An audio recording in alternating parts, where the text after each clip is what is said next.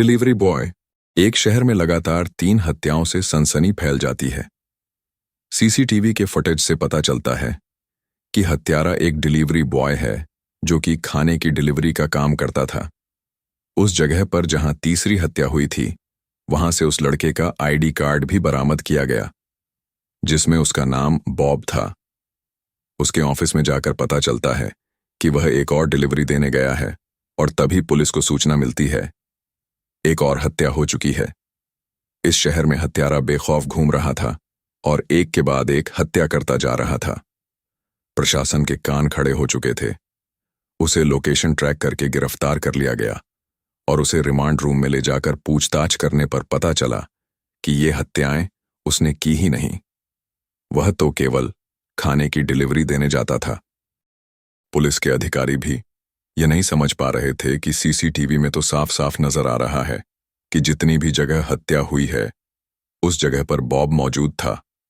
लेकिन वह सच बोल रहा था, क्योंकि इतना टॉर्चर करने के बाद भी उसने अपना बयान नहीं बदला था।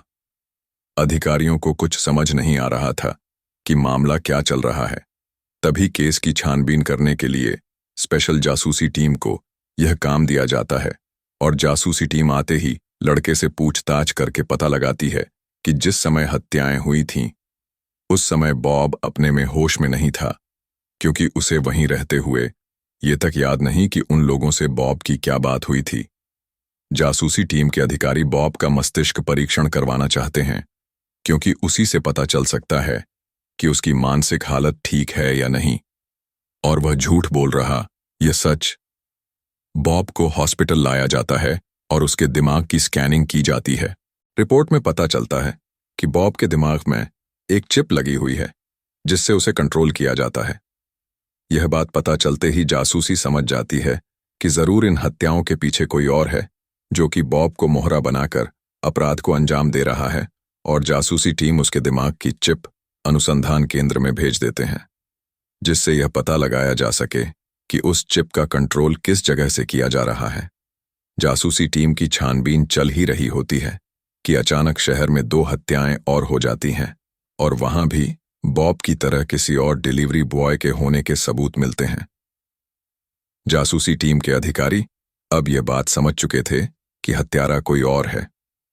ये तो सिर्फ मोहरे हैं, लेकिन शायद अपराधी ये बात नहीं जानता था और वह लगातार जुर्म करता जा रहा था। चिप का परीक्षण होने के बाद पता चलता है कि इसे कंट्रोल करने के लिए 5 किलोमीटर के दायरे में ही रहना होगा।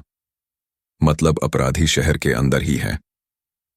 यह बात साबित हो चुकी थी और अब बारी थी उसे पकड़ने की, जिसके लिए जासूसी टीम साइबर पुलिस की हेल्प लेती है और हत्या होने वाली जगह से 5 किलोमीटर के दायरे का नेटवर्क एक्सेस करवा लेती है, जिससे उन्हें अपराधी के ऑनलाइन खाता, इंटरनेट की तकनीकी गतिविधियों की जानकारी मिलने लगती है।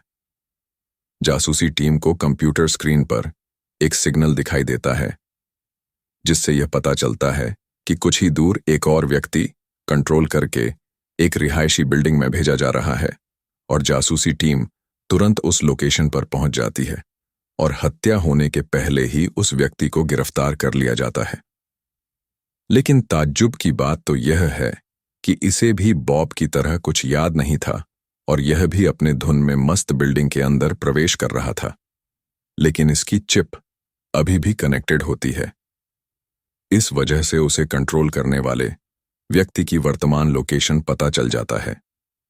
जासूसी टीम पुलिस को अलर्ट करके उन्हें गिरफ्तार करवा लेती है। हत्यारों के गिरफ्तार होने पर मीडिया की लाइन लग जाती है और सारे शहर में ये बात आग की तरह फैल जाती है। सभी यह जानना चाहते हैं कि हत्यारा ऐसा क्यों कर रहा था। कुछ घंटों की पूछताछ से असली हत्यारा अपना अपराध स्वीकार कर लेता है और बताता है वह एक अनुबंधित हत्यारा, कॉन्ट्रैक्ट किलर है और पैसे लेकर इस काम को अंजाम देता है।